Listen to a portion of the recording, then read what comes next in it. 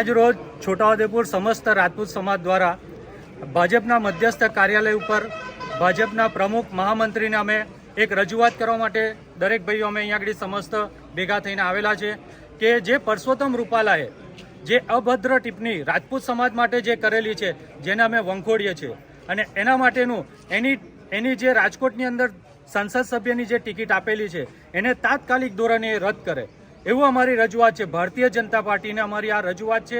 એ રજૂઆત અમે અહીંયા આગળ કરવામાં આવ્યા છે અને એ રજૂઆત CR પાટીલ અને JP નડ્ડા સુધી પહોંચવી જોઈએ અને જો ટિકિટ નહીં કપાય એની તો આના પછીના પણ ઘણા ઉગ્ર આંદોલનો થવાના છે। એ ઘણી બધી મિટિંગો કરી લે, ગઈકાલે પણ એક મિટિંગ કરી હતી ત્યારે પાટીલે એવો જવાબ આપ્યો છે, એવું સ્ટેટમેન્ટ છે એમનું કે ક્ષત્રિય સમાજ રાજપૂત સમાજ મોટું મન રાખે અને એમને 3 વખત માફી માંગી છે તો એમને માફ કરી દો। પણ અમારું એવું કહેવું છે કે તમે મોટું મન રાખી અને એમની ટિકિટ કાપી કાઢો। જો આટલો ક્ષત્રિય સમાજ ઉગ્ર થઈ અને આખા ગુજરાતની અંદર જો રજૂઆત કરતી હોય અને આ જે રજૂઆત છે એ આવતા સમયની અંદર ધીરે ધીરે બાજુના રાજ્ય રાજસ્થાન અને મધ્યપ્રદેશ સુધી પણ આની અસર થવાની છે। જે સંસદની લોકસભાની ચૂંટણીમાં ખરેખર એની ભાજપને અસર થવાની છે।